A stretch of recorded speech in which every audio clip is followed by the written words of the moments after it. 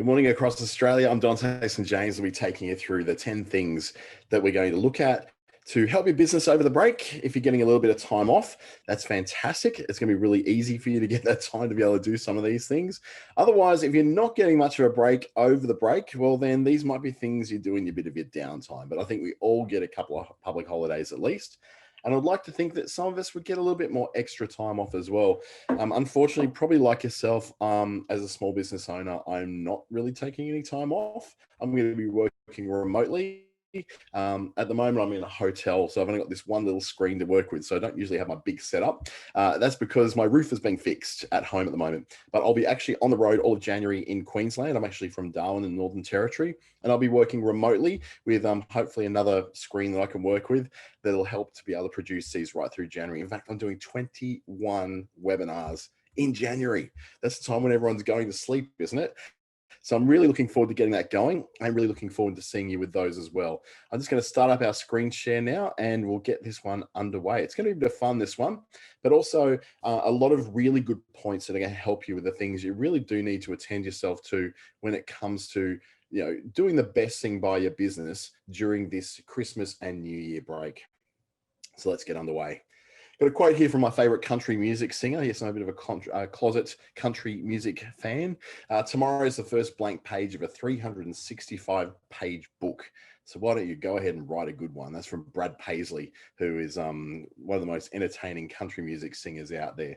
And I've always followed him because I guess his music's very positive and it's very fun. It's not the dreary, drab stuff. And he's always lived that sort of life where he goes, well, I don't have to be the same next year as I was last year. I can be whoever I want.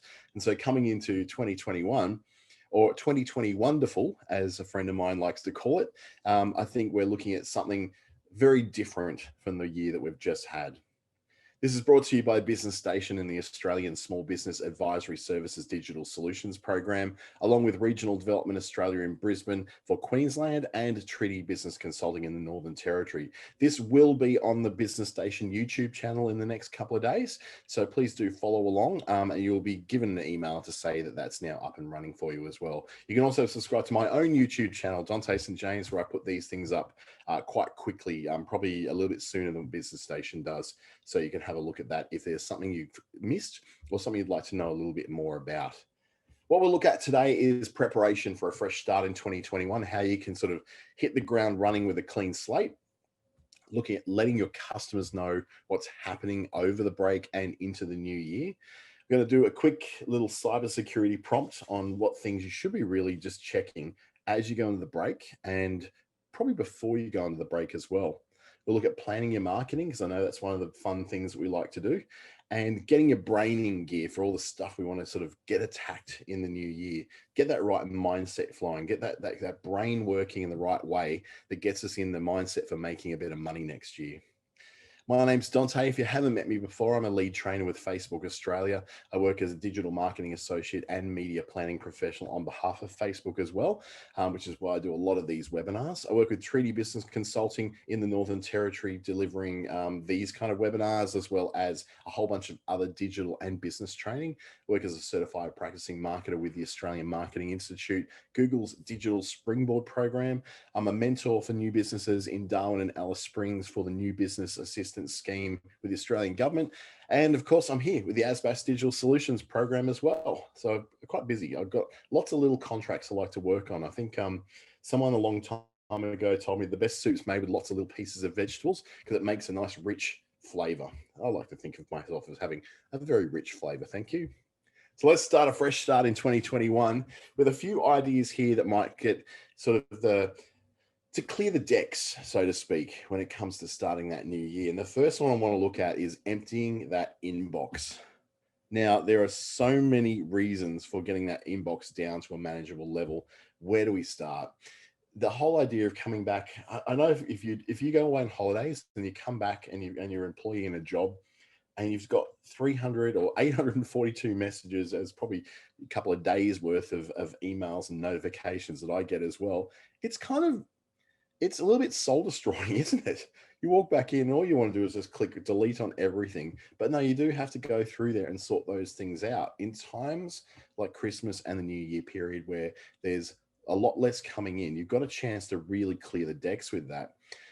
The beautiful thing is, if you start responding to emails now, or probably after sort of next week, because it's Christmas this very day next week, right? So you may not get a response until January 4, which gives you a bit of a break. So you get those emails out, get those replies done. The chances are you're not going to hear back from that person until January 4. So you've got a bit of a break there, and they've got a break before they see it as well. Might as well load up someone else's mailbox instead of loading up your own. Now, the other good advantage about getting your email cleared out at this time of the year is there's not going to get a lot of new emails coming in, except for like I get a lot of email notifications from a lot of services, but that's a little bit different. The average person really doesn't get a heck of a lot of emails coming in this Christmas New Year period. So if you want to get those happening, if you want to get all that stuff happening and going out, I really do suggest that you get the emails out now, because you're going to have a lot less. It's not like that you got one away and then 3 more drop in. At this time of the year, it slows down to a real crawl. So you get to that long, lusted after inbox zero. I'm not saying you're necessarily going to get there, but gosh, it'd be nice, wouldn't it? And you'll actually finish off some very long forgotten commitments. Now, I tend to organize my Gmail inbox in such a way that I put all the unread stuff first. And what I do, I save unread things if they're things which I need to sort of address later on. Now, the problem with that is I've got things that are sitting in the unread that have been sitting there for 6 months, not taken, not answered, not committed to, not actioned. The problem with that is if I don't deal with that now, when we're going to get a bit of a break, is that's going to sit there for another 6 months. I might as well either get rid of it or respond to it and action it. Either which way, I've got to do something with it to stop it from sitting there as a liability in my mailbox. This is a very good time for doing that horrific thing we have to do. You know how you have to do a grease and oil change and a major service for your car every so often?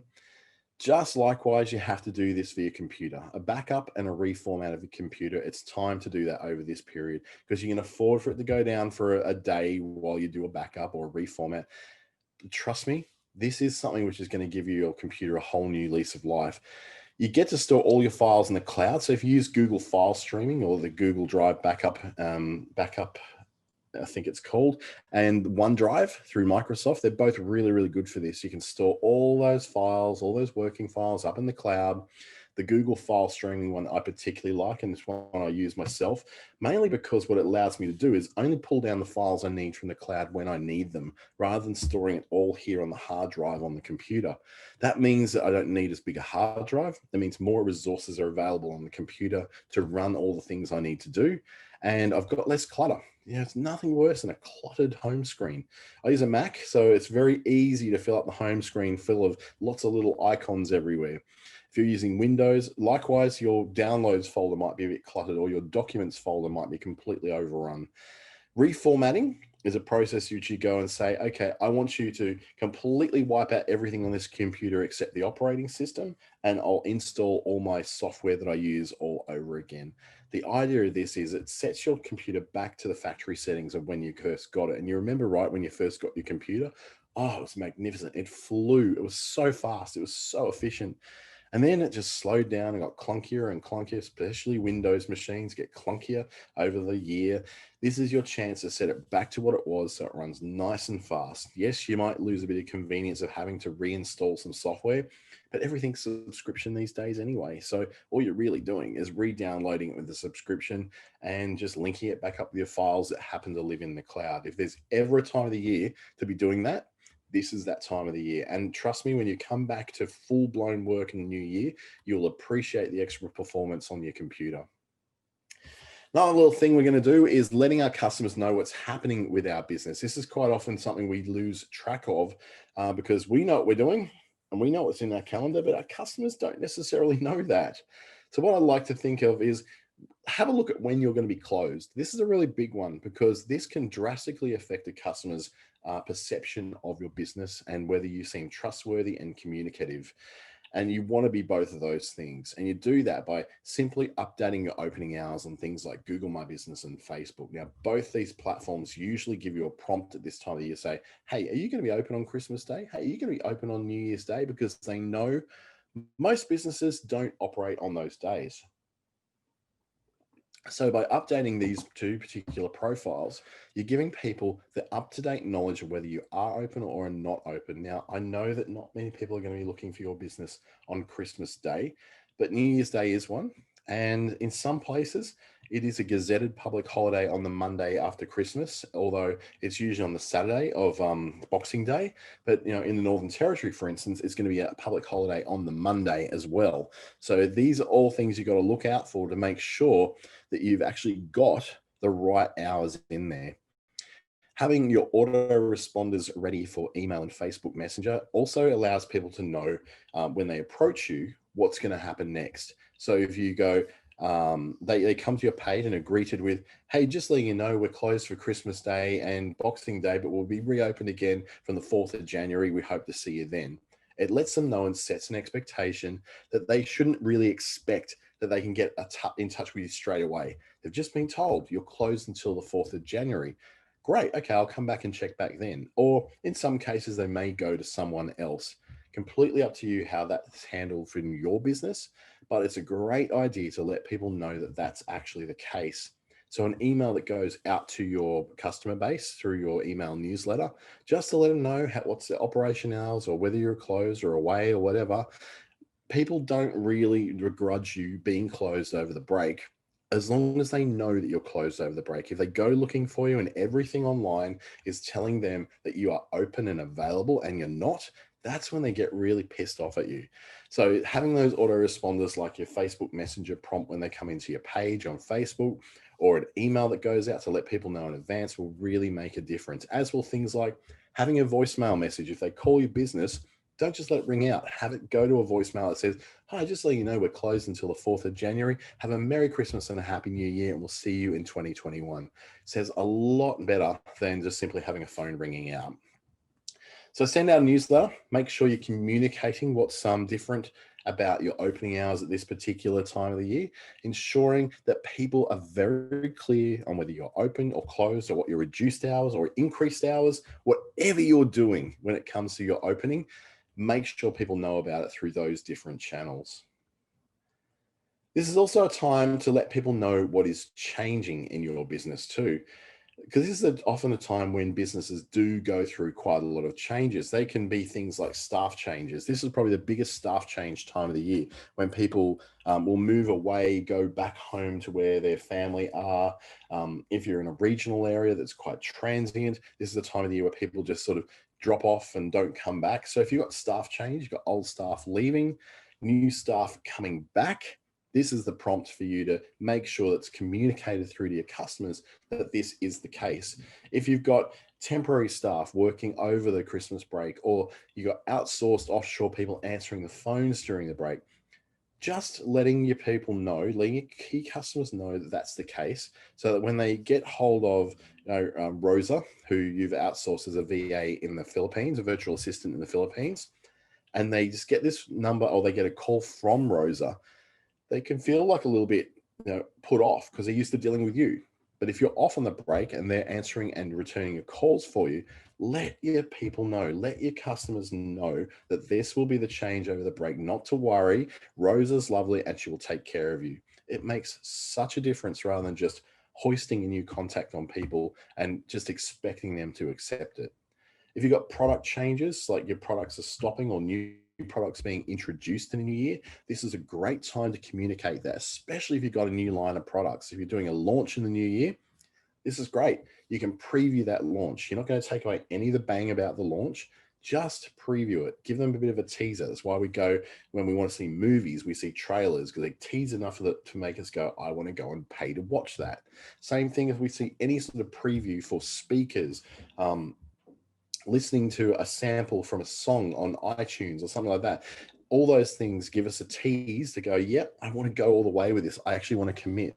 So use that opportunity so that you can have people commit to your product later down the track, after they've had a really, really good introduction to it. And when it comes to your service changes, if you're not offering the same services in the new year, this is a great time to let people know that those services will no longer be available. Or if you've got a limited time that they will be available for, to give them a bit of a rush in at the end to say, hey, we're closing this off on the 31st of December. Come and grab this now before it gets taken off. Otherwise, you will miss out. So again, a really good time for doing these things. And just remember too, this is a very different Christmas than the Christmases we normally have. So the shopping patterns are very different. I'm terrible. I haven't even started my Christmas shopping. I've got to do it like a little bit this afternoon and a little bit tomorrow.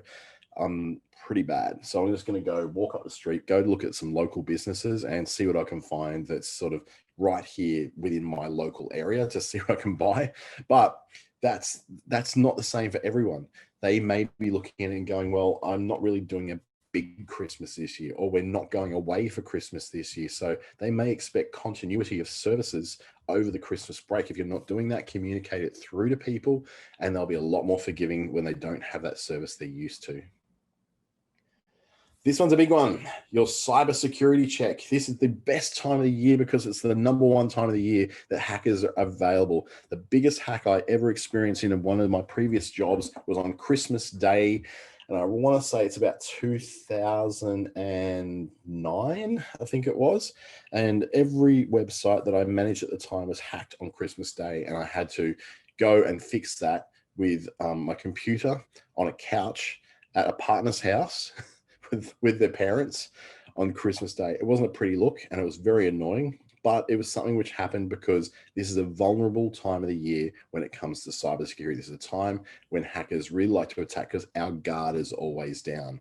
So what we do at this time of the year, and I do it myself, I just went through the process of doing it, is doing password updates. Now, when I say password updates, I'm talking about updating every single password for every single service that I have, and making sure that every one of those passwords is different.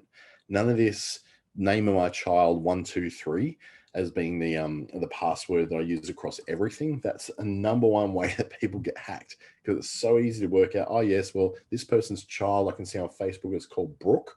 Then they'll probably put a 123 at the end or a 1 at the end of it, and then bang, they're into everything you have. But of course, having a unique password for each service is going to be especially a really hard to guess password is going to be really hard to have unless you use a password manager. I use LastPass, and that for me is the best system I've ever implemented. It's probably the number one in the world in that it protects more computers and more phones than anyone else. You can have a free version of this that works on your desktop, but also on your phone at the same time, so that you've got those matching passwords for there. You just need to remember one secure password, just the one, and that will then get you into every other one of your passwords. I've got two-factor authentication also on there. So if someone was to guess that one password to get in, they still have to have my phone to get my Google Authenticator, which then has the approval for every time I want to update or get into my account with that master password. So even if someone got my master password, they're still not in. This is what makes it so secure, because it allows you then within that password manager to have literally thousands of services that you might have a login for. I've got 100 different email addresses that are used for different purposes. I've got 50 different social media profiles. And then there's all the ones I've got access to for clients as well on top of that. I don't just use the same password for everything. Every single thing has its own password, that there's not a single repeat of any password on any of my accounts anywhere.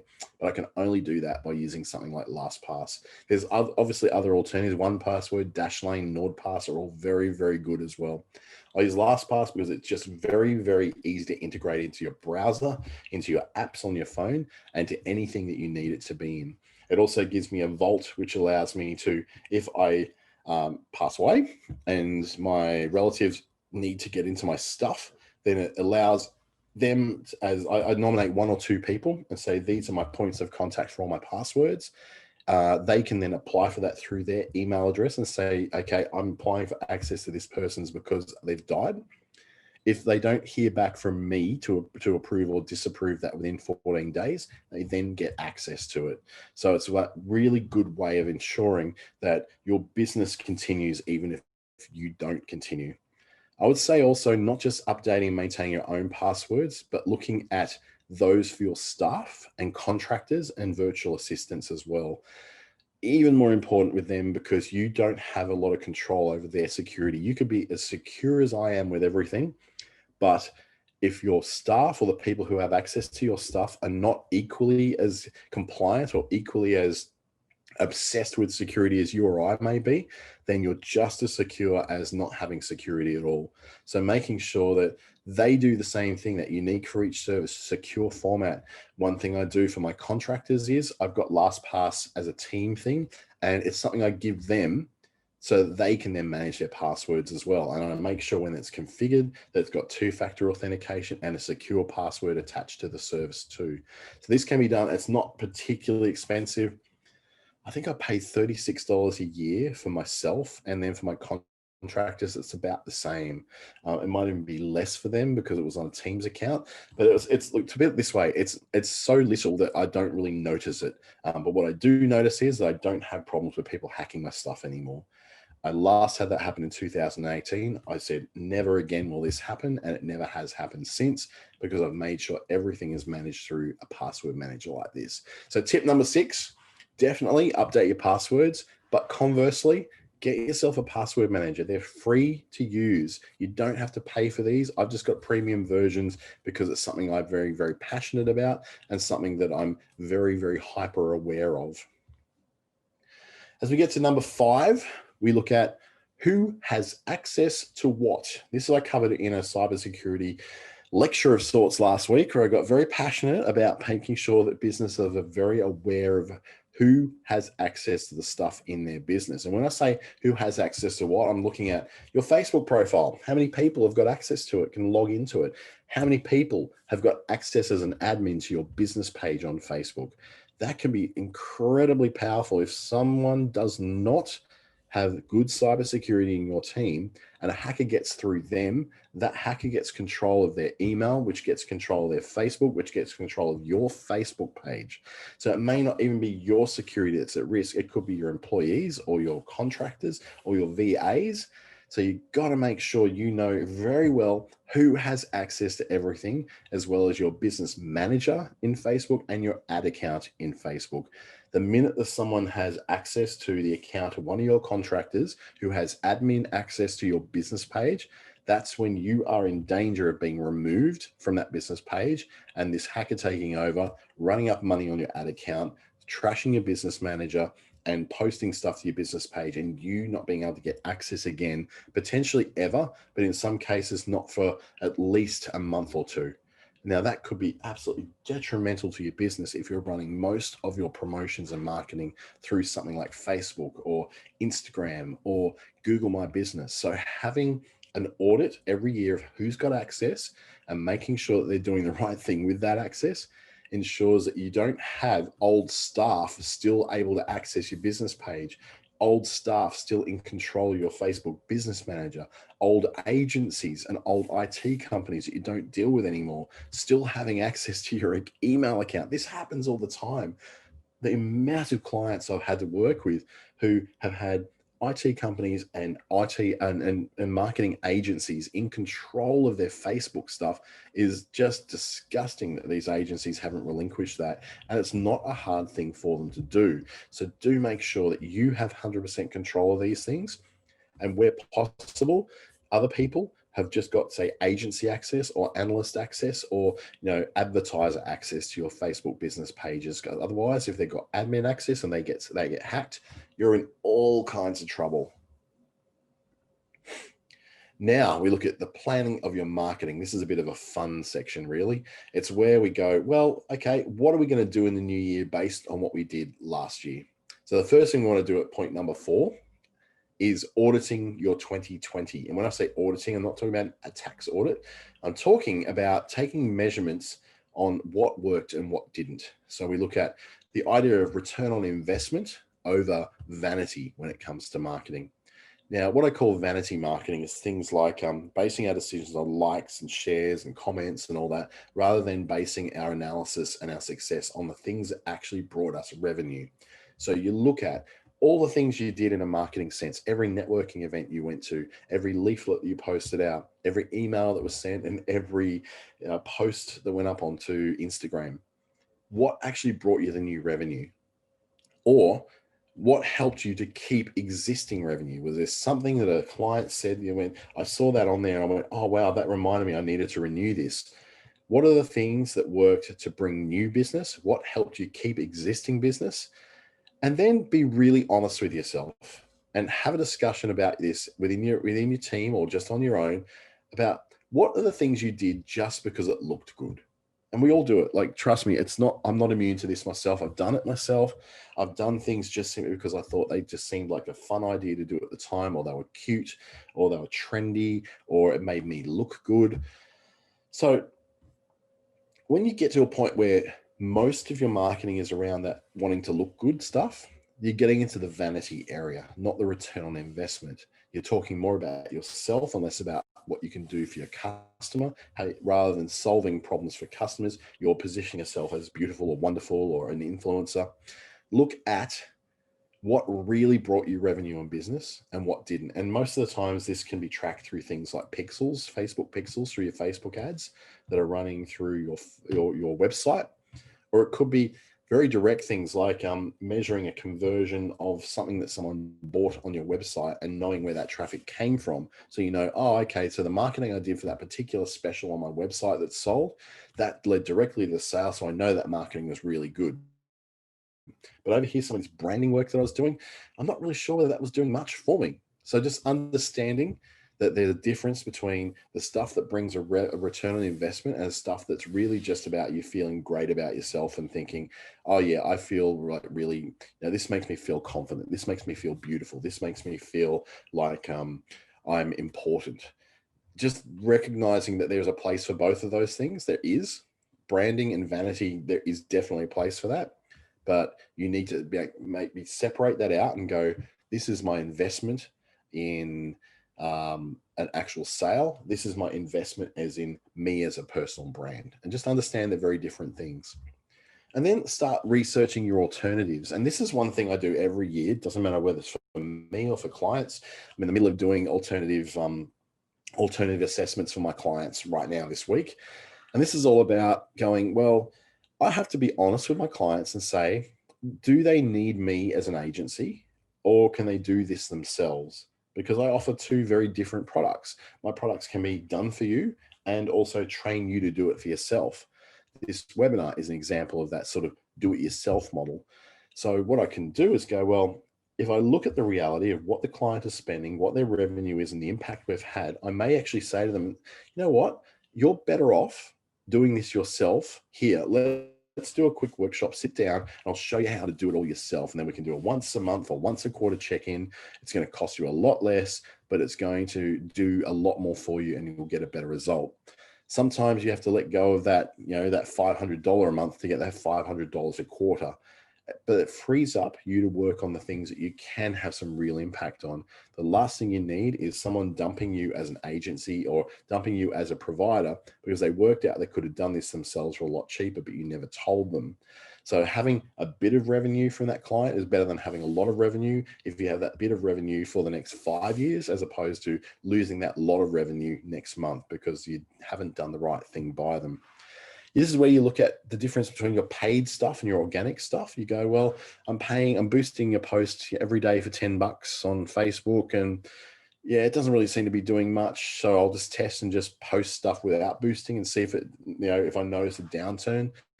Always testing like that to make sure that you are spending on the right stuff, particularly when it comes to boosting stuff on Facebook and Instagram, is really important, because you could be throwing money down the drain. That's $70 a week.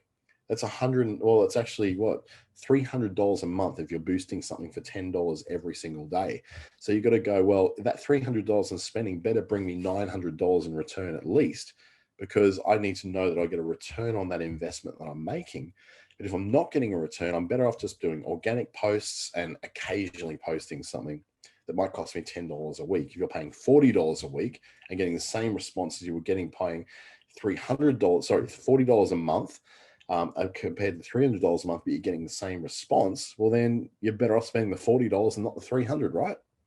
And then you look at things like automation and manual processes. The problem with automation often is that it can feel not very personal.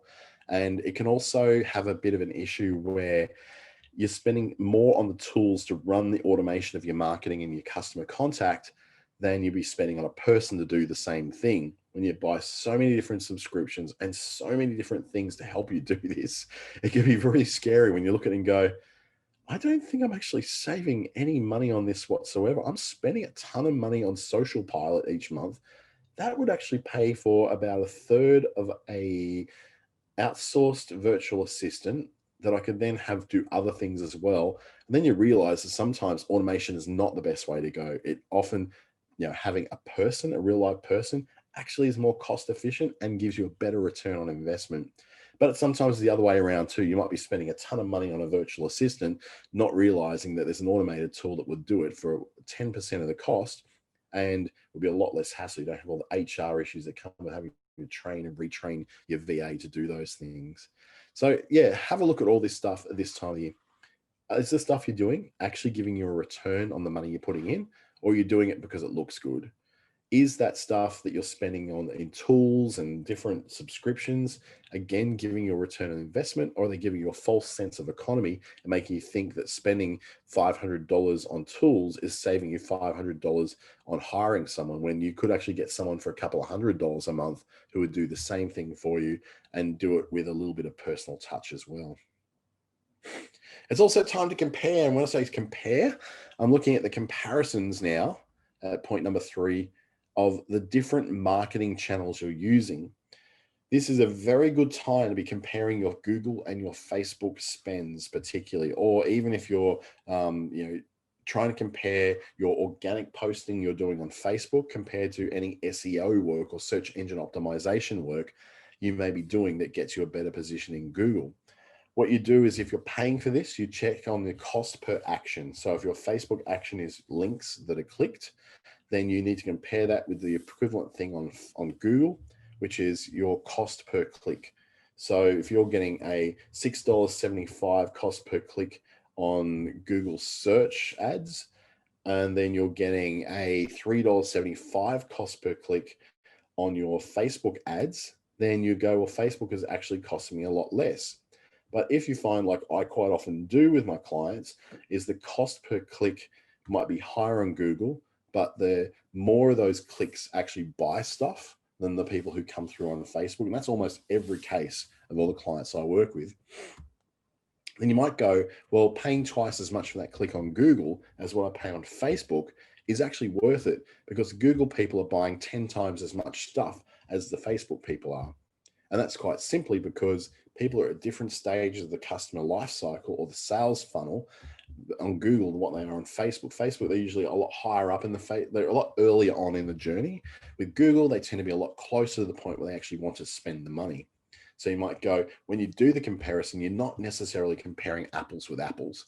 You're not necessarily comparing just one price versus the other. You've got to actually look at what the result of those clicks are. And if you've got everything set up really well for your Google code on your website and your Facebook pixel on your website, you'll be able to see what those particular sources of traffic are leading to when it comes to conversion with buying something on your site or booking your services or even just clicking that button that says contact me now. So please do compare them, but realize that there are not always the same things. That cost per click on Google is not necessarily the same as a cost per click on Facebook. Then also look at digital versus traditional. This is the worst thing to do in a digital environment like we're trying to do here. In the ASBAS Digital Solutions platform, we always talk about, conversion to digital process and the digital tools.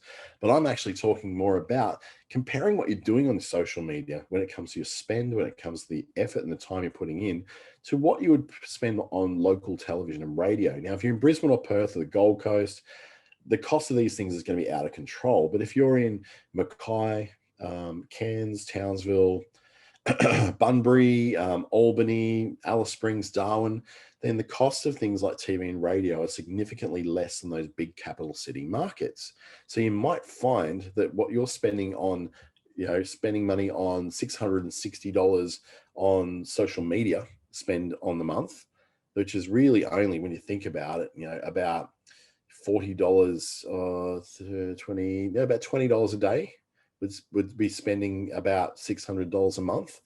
You can actually, in some markets, get television advertising for a similar price or radio advertising for a similar price that gets out to potentially a much bigger audience, particularly if you're trying to reach a very, very wide audience.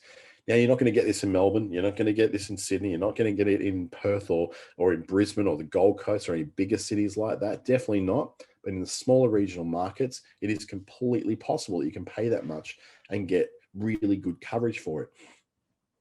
I myself have been advertising on television in Darwin for years because it helps give me a lot of recognition that when I do hit people up with an ad in Google, for instance, they recognize the name straight away. And so they're more likely to click through to it because they've become familiar with who my products are, what my services are, and who I am through the work I've done on television over a number of years. So in my case of where my business is at, that's been a very possible thing for me to do. I did start it very, very early on though. So it was a bit of a risk and investment, but it really has paid off.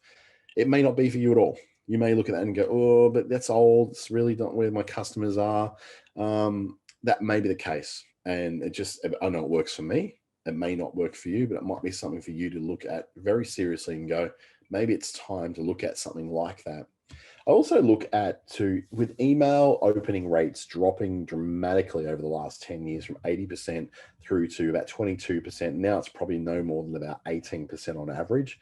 It's getting smaller and smaller and smaller and smaller. It may be time to start looking at letterbox drops in your local area. Sounds ridiculous, I know. Paying a kid to go and deliver these or delivering them yourself, just dropping a flyer in the mail is a great way of letting local businesses know who you are and where you're at. It's a very old technique for getting those people, but it's also a highly effective one because you're getting into the homes of people who must simply pick that up. Now, yes, half of those people will just throw that straight in the wheelie bin, but the others who don't will take it in. They'll go, oh, I did not know this existed, this dog grooming service. I've got a dog. I don't have time to groom it. I'll use this one. And you get that instant sort of response. And that's the beautiful thing about direct marketing, which is like either addressed mail that goes through to a person's name and address directly to them, or through flyers in the mailbox, is that it is a very direct link to getting a very direct action. Because you've got, here's my service, here's how you book it. And people will make an on-the-spot decision of, yeah, I'm going to do that. Or they might just stick it up on the fridge with a magnet and they'll go, oh, that's something to look at later when I do need to get my carpets cleaned. I can call that particular person to get my carpets cleaned. So just going with a digital-only process because it seems easy and it seems cheap isn't always necessarily the way to go when you're in a very crowded market. To be honest, if you're one, let's say, electrician amongst 30 electricians in your local area, and every one of your electricians are all advertising on Facebook and Google and all that, but nobody's putting letterbox drops in, it could be the difference between you getting that next job, or not getting that next job by putting in a few $100s to put letterbox drops and ordering some flyers from Vistaprint or a local printer if you want. You're the one who's going to stand out because you're the one who actually bothered to do something that little bit different. So that whole thing when everyone else is running down the cliff and jumping off it like lemmings, if you just stop and go, wait a second, should I be jumping off this cliff? Maybe I should try something different. Could be the difference between you just being another face in the crowd or you standing out and being a really good, solid prospect for marketing in your local area, particularly effective for local audiences. Now we're going to move into the fun bit. This is the bit where we get our brains working. And this is a bit of stuff I've been doing lately. I just had recently my Facebook trainer network assessment come through, and it shows automatically, how many days of learning you've done this year with their program. And it was quite funny, 350 days of learning this year, 365 days. I did 350 days of learning. That just totally blew my mind, but it makes sense because I'm an educator and I'm a trainer. Then it's natural that I'll be constantly testing my skills, updating what I know, particularly about the Facebook and Instagram platforms, because that's where I'm very strongly credentialed. So it's time to get your brain working. It might feel like it needs to have a bit of a break after a year like this, but getting that little bit of cerebral juice flowing means that you're able to hit the ground running on the 4th of January, if that's when you come back, rather than sort of languishing in that sort of brain fog of, oh, I'm still in holiday head, I'm still in, not working brain.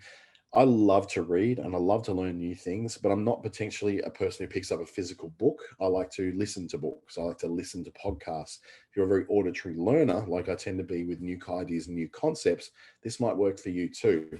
So what to read? You can do this through a physical book, a Kindle, an ebook. You could do it through audiobooks as well, through Audible, which is an excellent service that I do love.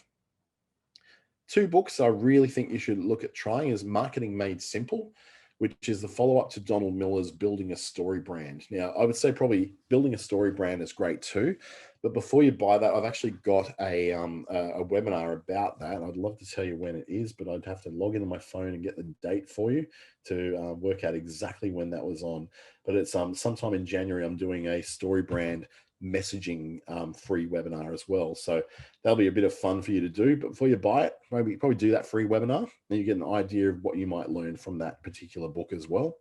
But the Marketing Made Simple is the follow-up of that, and you can do that without having done Building a Story Brand. Really, really quick, easy book to read. It's in very, very simple English, very easy to understand, that will actually take you through the process of building a sales funnel.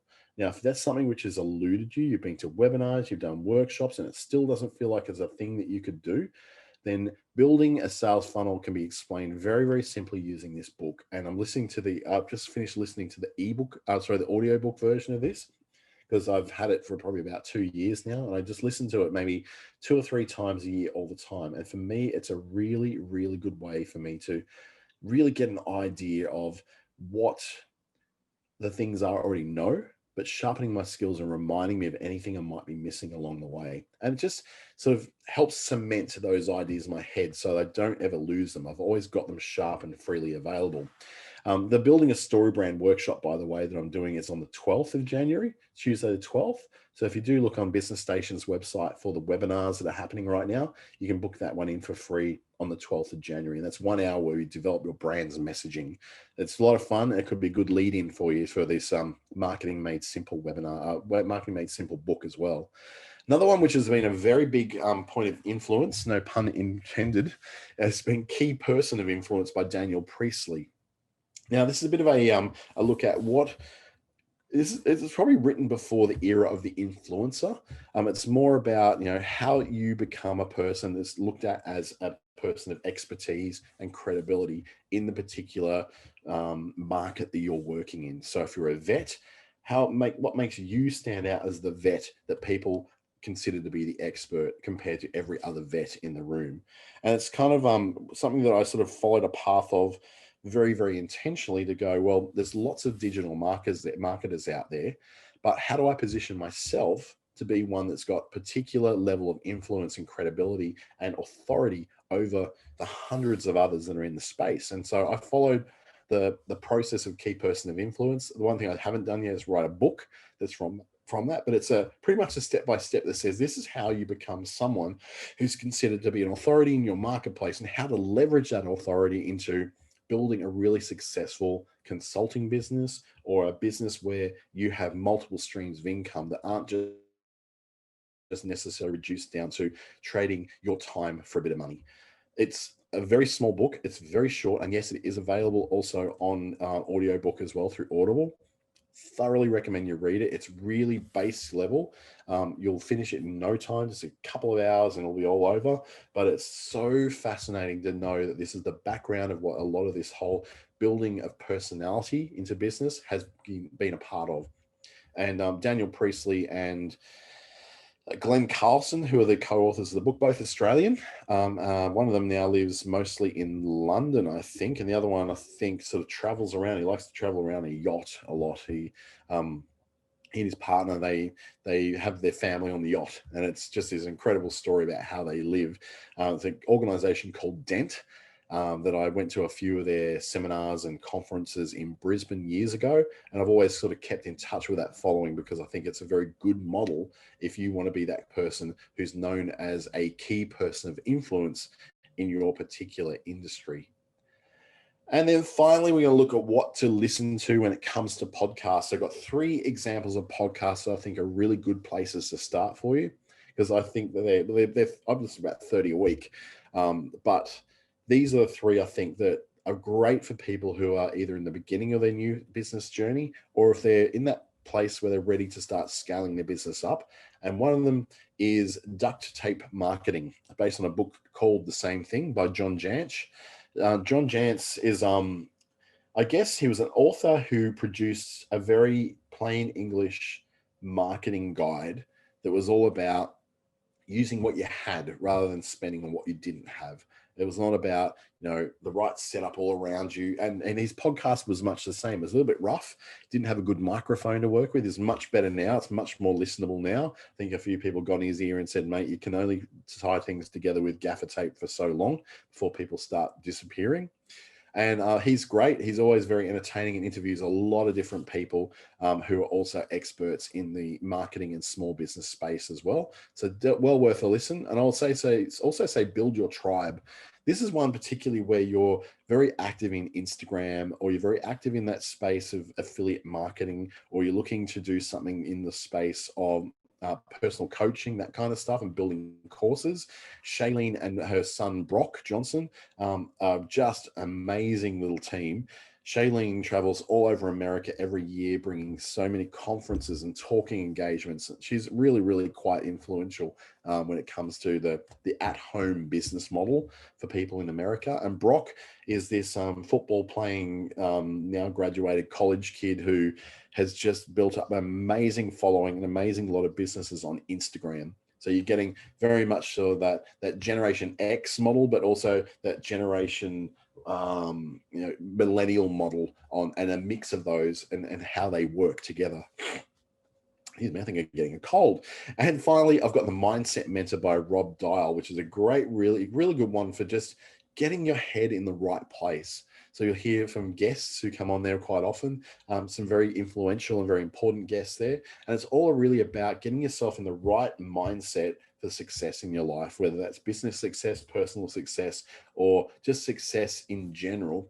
It's been a really good one to be listening to make yourself think that, maybe my mind, my thoughts, my assumptions are holding me back. So it's a little weekly check-in with a podcast that reminds you of who you really are and what your capabilities really are as well. So I do thoroughly, I really recommend that all three of those particular podcasts. I've got 30 others I could recommend, but these ones are really good ones to really begin with. I find that men seem to react really good to duct tape marketing, funnily enough.